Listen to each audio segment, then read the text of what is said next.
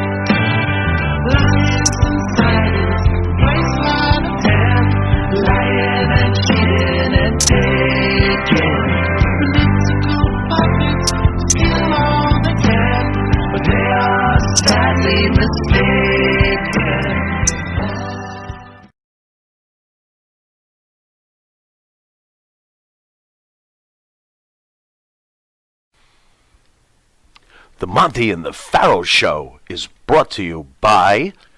Because wine is your second favorite four-letter word. California wine, New York attitude. Good fucking wine. Yeah. Ladies and gentlemen, we are back with episode number 6 of the O Spot with your host, Miss Ona Zee. Hey there. So I'm actually going to play a little word association in this episode. I'm going to throw some names out there in the industry, some old school players, and let me know what your thoughts are about them. Okay. So the first being Angel Kelly. Angel Kelly. Mm-hmm. Remember Angel Kelly? I think so. She was one of the first Black adult actresses. Oh, Angel Kelly. Mhm. Yes. Beautiful Angel Kelly. What happened to her?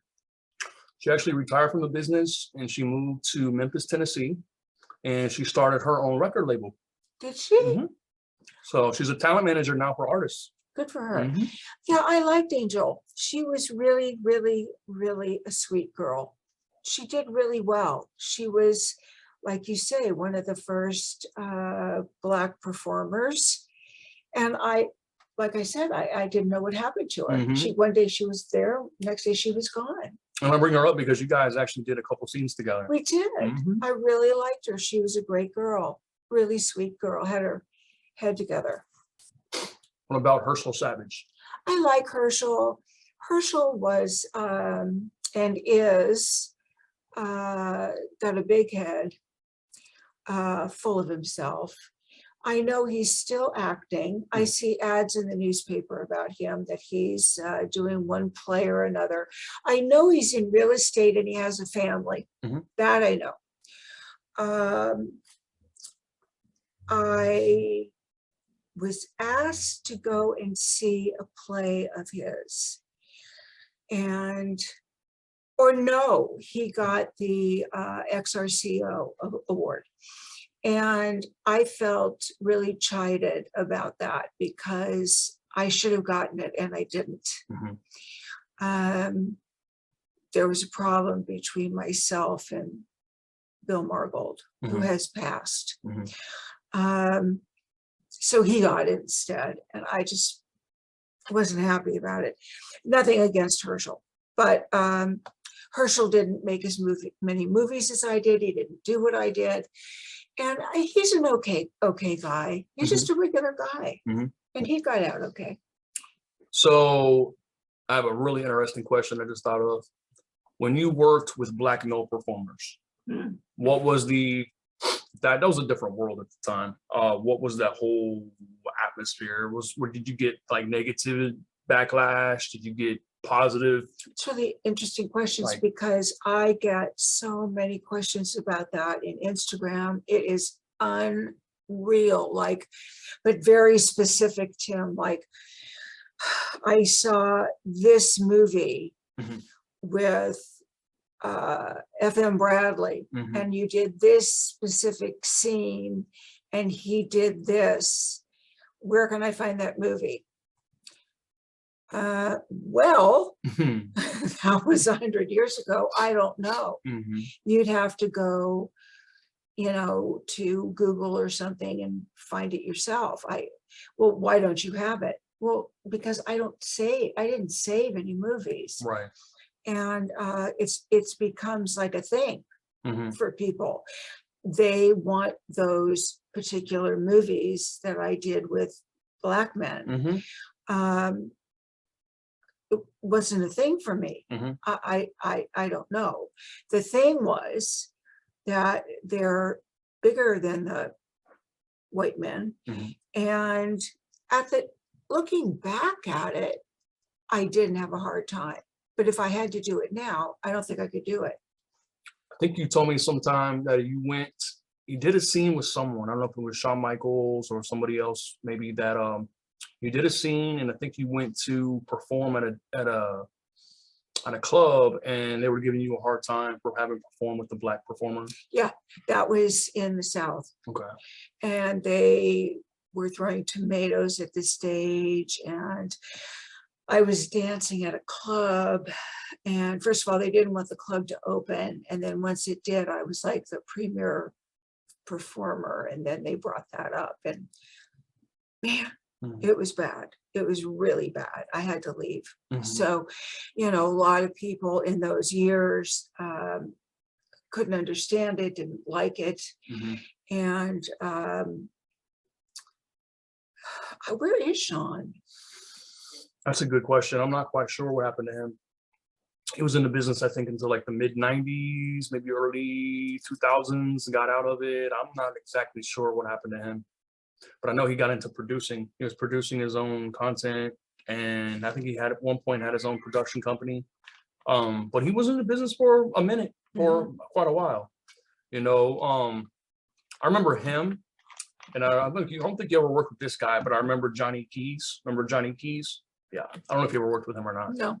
But that's one of the most famous adult films that he did with Marilyn Chambers, That was before my Behind the Green time. Door. Yep.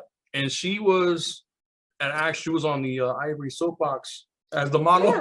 Ivory Soapbox. That was her claim to fame. Mhm. I'm like, wow, that's interesting. That's an interesting change if everybody knew her from that box. Right, And then she did that video, and it was like, oh my God, she did that. It's like a double life. Like, oh my God. right. That was just a really interesting Well, that was an interesting time. Yeah, hmm yeah. No, I didn't know him. I knew of him. hmm And so, like, who were some of the better male producers that you worked with that looked out for you, that, instead of just being there, using you for the scene, making Ron money? Sullivan, Okay. he was great. Mhm. He was loaded a lot, drug wise. Penny Teen wasn't a producer, she was a writer. Mhm. Raven touched him. Okay. But she was there with Ron. I did a lot of movies for Ron, and she was great support. We were very good friends. Producers. Anthony Manelli, Okay. terrific. Loved him. I did so many movies for him, and he was wonderful.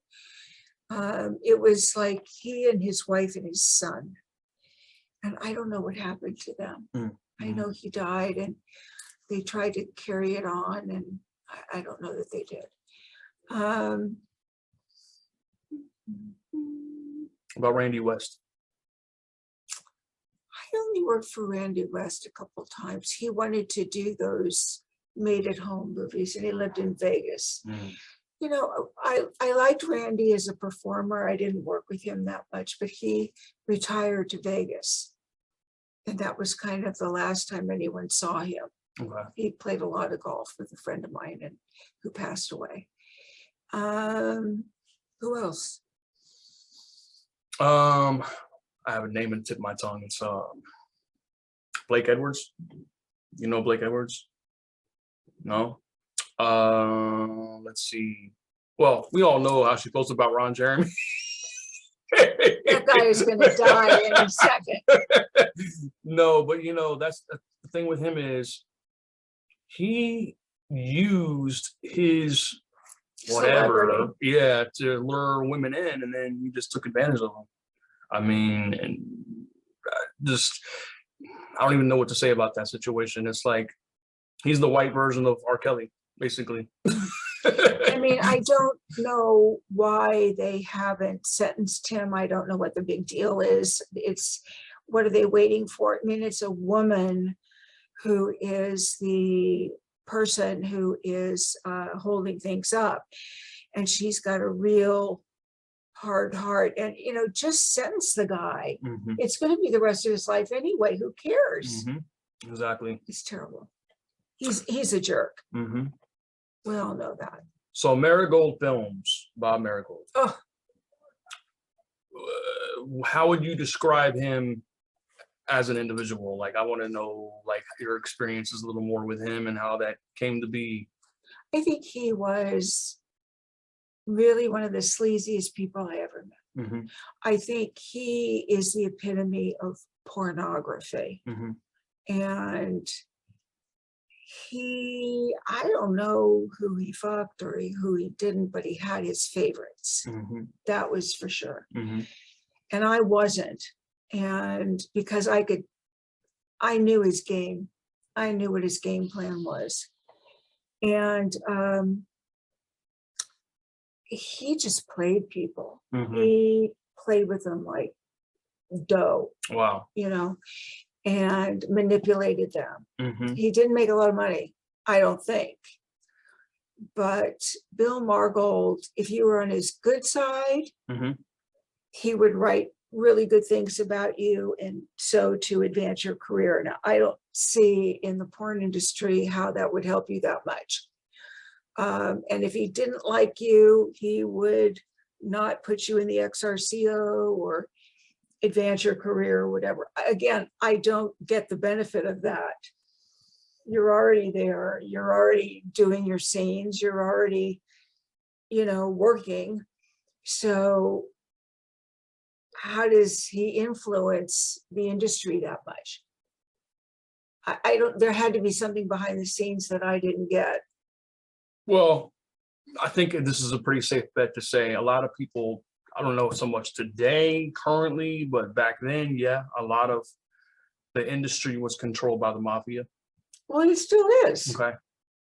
I didn't know if it was so much today as it was back then, because I know back then they were doing a lot of, like, you know, backlot deals, and It still is. okay.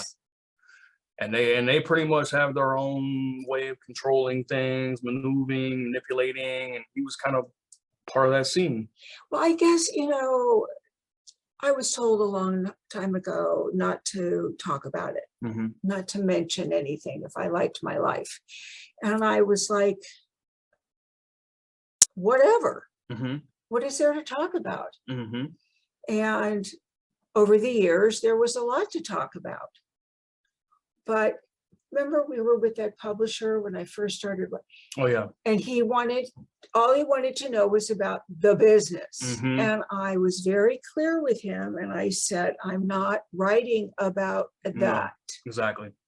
That's not safe to write about. 1000%. And that's all he wanted. And I said, you will not find anyone in their right mind to write about it, Mhm. who wants to live. Right. And I'm saying this to you out there very seriously. It's a very deep subject, and you know, I was privy to a lot of stuff, and I'm never going to talk about it because it's very scary, and there's no reason to talk about it. There's a lot of other things to talk about. So what do you think about adult actresses who are now like sex therapists? Oh, I was so much about that. You talking about Kay? Yes, I was trying to think of her name. Yes, indeed. Well, first of all, I don't think Kay knows what the fuck she's doing. I think if you go while you're working, you go to school. God, my voice, I don't know what happened to my voice recently. You know, it's like I can hear it in my ears. Mhm. You guys know what I'm talking about. Mhm. She never got a degree. Mhm. I mean, let's be honest. I have been a therapist to a lot of people. I've done separate sex work with different people. Okay, like especially in Canada, I did a lot of one-on-one. And it's always about 12 to 20 minutes. Right. So they come in, they pay, Mhm. and most of the time they want to talk. Mhm. And so I'm like their therapist, Mhm. but I don't claim to be a sex therapist. Right, exactly. Although I could be. Oh yeah, Yes, I could. 1000%. You could call me and I could be your sex therapist. 1000%. And that's actually something we're going to have available in the merchandise store for the people out there is phone consultations with Miss Ona Zee. That's right. And if you want to see me, you'll see us together. Yes. So I go nowhere without my friend Tim. Mhm. So she professed to be a sex therapist, and I had to laugh. Mhm. I've done a lot of fucking therapy on myself. I mean, I had to just to be able to live. And she didn't get a degree, didn't go to college, just her wealth of sex knowledge made her a therapist. And I resent it. Mhm. And I think it's really awful for, I have a better one for you, for people who really need help, Mhm. because she can't help them except with her body. Now, my ex-husband thinks he is a relationship god. Mm. Now, this guy told me I was his third wife. I think I was his fifth wife. He knew nothing about relationships. He was the craziest person in the world. He married his sixth wife, who is a therapist, and wrote a book about sex, life, and money or something. Anyway, he has no business doing anything like that. Mhm. I mean, he is literally insane. He actually asked me for the money to get it done, and I said, excuse me? So he thinks that he is a relationship coach with no training. He was a ex-fighter pilot in Vietnam. I mean, I don't understand. I don't understand where he thinks that he is a relationship coach. I totally don't get it. He's the worst. So there are people like him and Kay floating around thinking that they're relationship coaches. And I think it really hurts people and the industry, and something should be done about it. I don't know what. I mean, it's a free country. You can do whatever you want. You can write whatever you want. Mhm. He's written a book. I haven't read it, but I would warn you that it's out there. And I can imagine what he has to say is relevant to what you're going through. And I would rather see you go to a real therapist. I mean, it's frightening to me Right. to know that people having sex for a living think that they can be a therapist.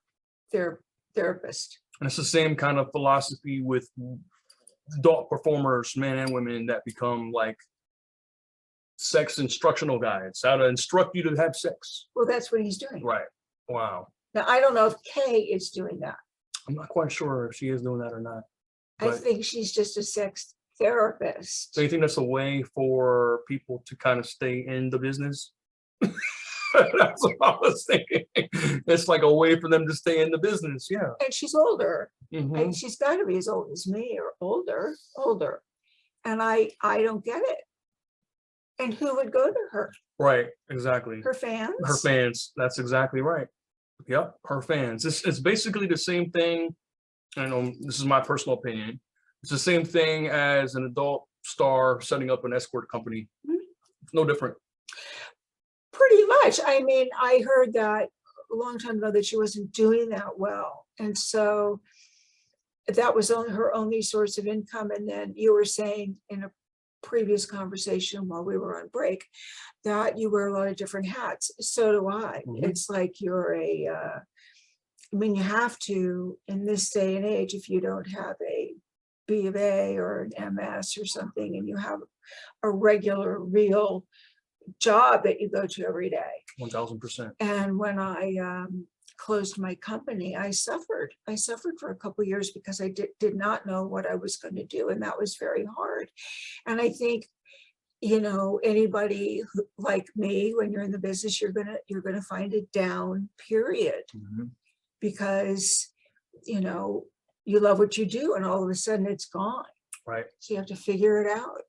It's tough. But the thing is, what's different about you as opposed to a lot of performers is you knew when it was time to leave the Oh, business. yeah, I knew. Yeah, and you had a plan, a backup plan. I had a plan. I went back into real estate, made some money, but I had some money also. Mhm. And I was unhappy, but I had some money, and I just felt like, you know, I was spent 25, 30 years in the business, and all of a sudden it was gone, the big creative part of me. And I had to work through that. And I did, because I had a plan. Mhm.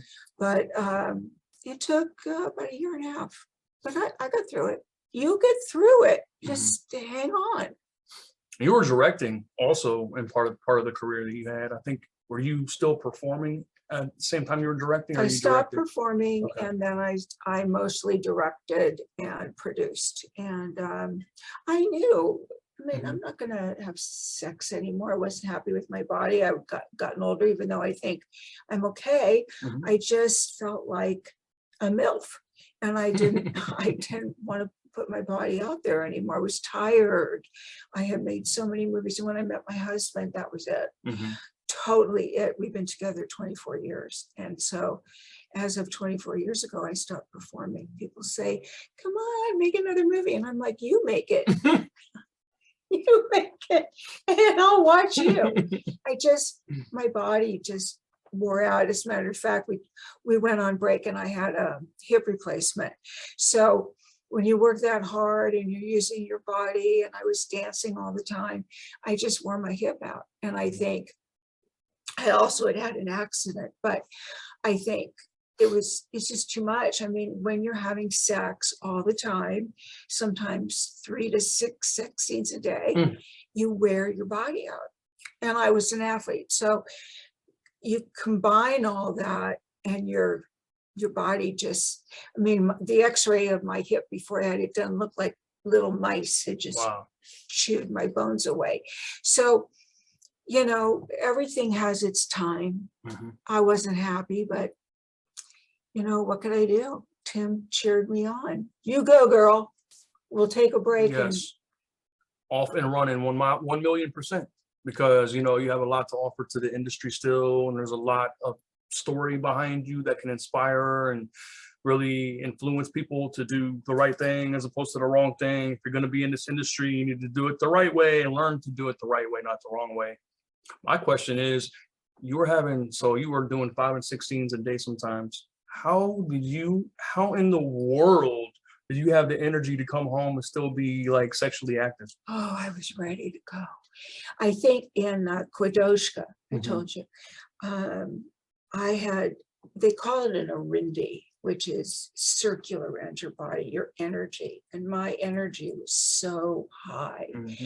And I'm not sure why. I think for another session, we'll talk about why. But I could do 6 scenes a day and come home and have sex with my husband and just want more. And I don't think that's a deficit. I think that I couldn't do it every day, but I think Anthony Spinelli, who I worked for, he would say to me sometimes, I do 3 scenes for him, and he'd say, would you mind? And I'd say, not at all. And his wife came in and said to me, you are just built for sex. I've never seen anyone like you. And I would do 6 scenes and I'd be very tired, but I didn't feel fulfilled. Okay. And so I'd go home and have sex with my husband, and then I'd feel fulfilled. Okay. And I think it's just something some people have and other people don't. And then on some days I'd do a sex scene and I'd be like, oh God, I'm so tired, I'm going home. But I usually did 3 a day. Well, Let me tell you what I think it is. I think it's spirituality. It's being able to connect with that person. And you didn't really have that type of connection on any of the scenes that you did or any of the sets that you were on. You were just going through the motions and doing your job, which was to have sex. But you really didn't like interjoin with anybody. That's what I think it was. Well, I think a lot of times I always felt it, Tim. Mm-hmm. I always felt it. Mhm. I'm multiply Gasmic. orgasmic. So I felt that, but the person was the vessel. All right. So I could go home and have sex with my partner Mm-hmm. and then really feel it. Feel full, like whole. Like, Right. you're right. That Mhm. was the key. But like with my husband now, once I met him, that was it for me. I couldn't have sex with anybody else. I Mhm. was so taken with him and so much in love with him, I was done. And that was fine. That was a good time to quit. So actually, the moral of this episode, I think, is that there is actually stability in the adult industry if you, it's like anything else in life. You get out of what you put in Yes, and you can make it whatever you want it to be. that's right. Yep. So that's actually what I learned during this episode. Good. So yeah. I'm glad. So ladies and gentlemen, that is actually a wrap on episode number 6 of the O Spot with your host, Ona Zee. And we will be back soon with episode number 7. Can't wait. Peace and blessings.